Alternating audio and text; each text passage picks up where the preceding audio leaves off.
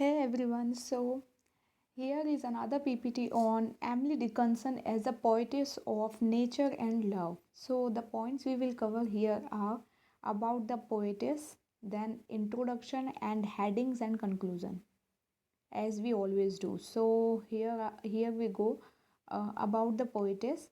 Emily Dickinson was born on 10th December 1830 in Amherst, Massachusetts, US, and died on May 15th, 1886, at the age of 55 in Amherst, Massachusetts, US. By occupation, she was a poet, or you can say poetess, and her alma mater was Mount Holyoke Female Seminary. Notable works by Emily Dickinson were I Taste Liquor Never Brewed Because I Could Not Stop for Death. So, as an introduction, we can say Emily Dickinson is one of the finest exponents of nature in the field of American poetry. She was very close observer of nature in its rich diversity. She shows a rare understanding of the relationship between man and nature in her nature poems. She does not actually indulge in the false glorification of nature in any way, and she also analyzes the nature and scope of nature in man's life. Dickinson is deeply involved in resolving the mystery of nature in her nature poems. She has written more than 500 poems on the subject of nature. You can imagine 500 poems. As a young, carefree girl, she took delight in the beauty and magic of the pre industrial landscape. A great deal of her nature poetry is sentimental and unaesthetic. Okay, so Dickinson's status as a nature poet is unquestionably very original and important. She loved external nature and faithfully recorded her impressions of in her natural, you can say in her nature poems. So Emily Dickinson is never claimed to have understood the profound mystery of nature. So this is all about the introduction of Emily Dickinson. She is actually a very well-known, personality of English literature. Next, we will study Emily Dickinson as a poetess of nature in these following 10 points, one by one. So, first is observing nature in her personal life. This is the first one. So actually Emily Dickinson, before I start this, I would let you know some important things, like Emily Dickinson was not only a great poet of death and immortality, she was also a great poet of nature. Since she led a secluded life, it is well known that she spent most of her time in her upstairs room. She had time and opportunity to observe with a keen eye all the natural phenomena that lay around her. In one of her poems, she defines her views of nature like this, as you can see on the screen, like nature is what we see the hill, the afternoon, squirrel eclipse, the bumblebee, nay, nature is heaven. Her nature poems are marked by keen and minute observations of the phenomena of nature, but her observations are not casual. She looks into the processes of nature with an original and fresh eye, as I have already told you. Next slide is about investing life in natural objects. So, for Emily Dickinson, nature is the medium through which she tries to realize herself. She sometimes identifies certain objects in nature with human situations and addresses them like friends. She invests, now I'm reading on the screen, you can see here on all your screens. She invests a mountain a distinct personality of its own and makes it sit on the throne of eternity. In one of her poems, the lines are like this: the mountains sat upon the plain in his eternal chair, his observations manifold. However, Emily Dickinson does not employ nature as a guide for moral behavior. In this connection, John B. Pickard observes Emily Dickinson's refusal to employ nature as a guide for moral behavior and her unusual skill in presenting vivid sense impressions highlight the difference between her and other writers of nature poetry in 19th century America. Next is about man and nature not separable. Emily Dickinson came into the conclusion that man and nature are not separate altogether. There is a mysterious link between them.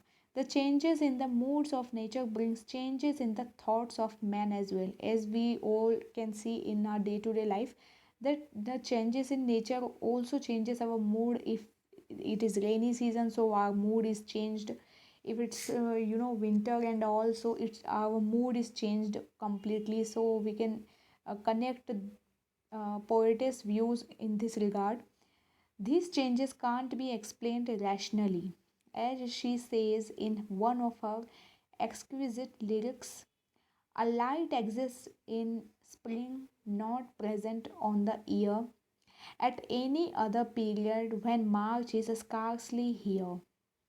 So these lines are by Emily Dickinson herself. Then, note of melancholy. A note of melancholy runs throughout her nature poems. The poet is acutely aware of the crumbling wall, the crumbling elms and evergreen, and the other crumbling things that spring and fade. Actually, simultaneously with her delight in spring is an awareness of the creatures who have died to make way for the new generation. Okay, the generation old is sacrificed to the new, as we all know about this, and similarly, those who survive us will soon be gone. So, nothing is, mortal on this earth, everything is immortal. She is trying to say here like this. Then nature's immortality. Nature is also an emblem of immortality in poem 797.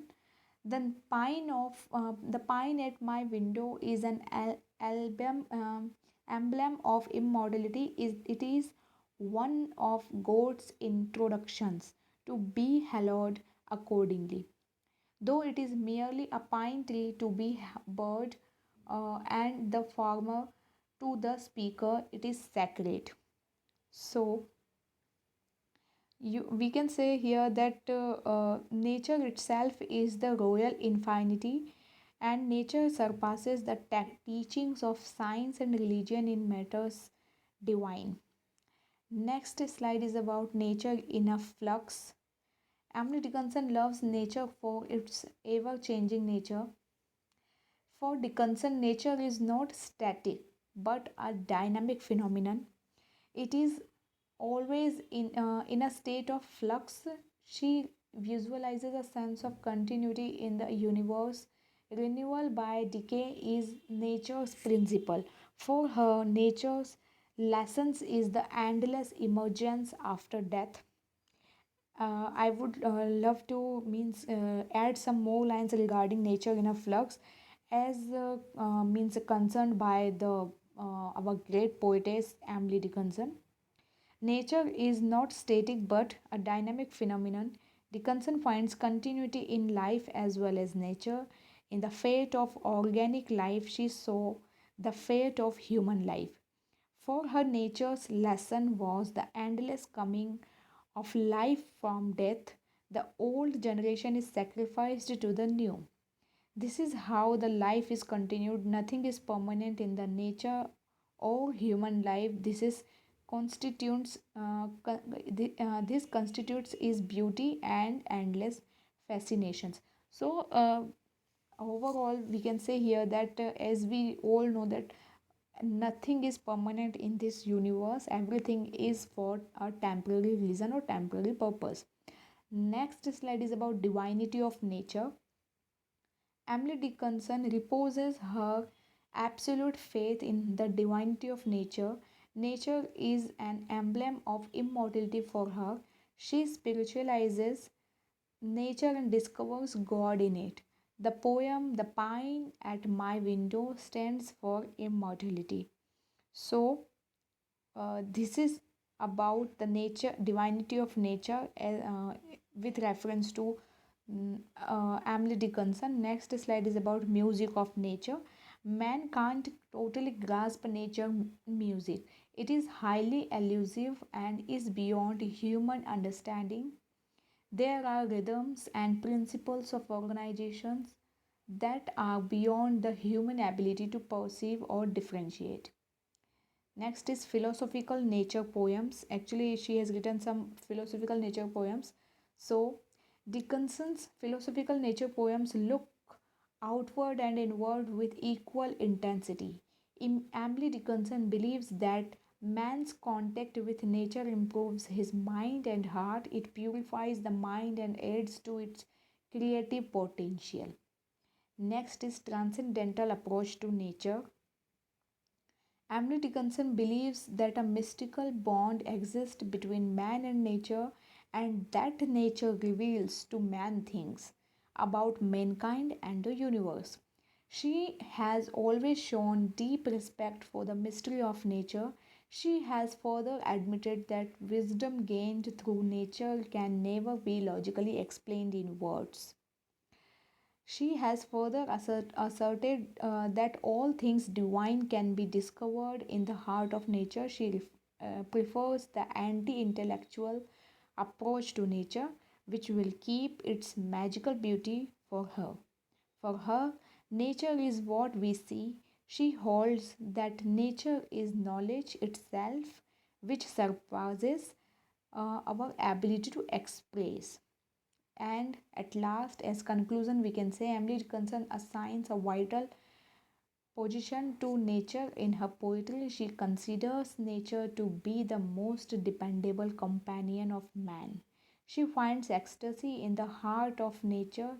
She observes that man can never understand the mystery of nature because of its complexity. A note of melancholy runs throughout her nature poems. Nature serves as an inevitable emblem of more crucial losses. It is always in a state of flux. She feels almost intoxicated amidst nature. She contends that nature is knowledge itself, which surpasses our ability to express. There is permanent conflict between the world of nature and the world of man. So here I have done with my this presentation. Thank you for now and bye to all.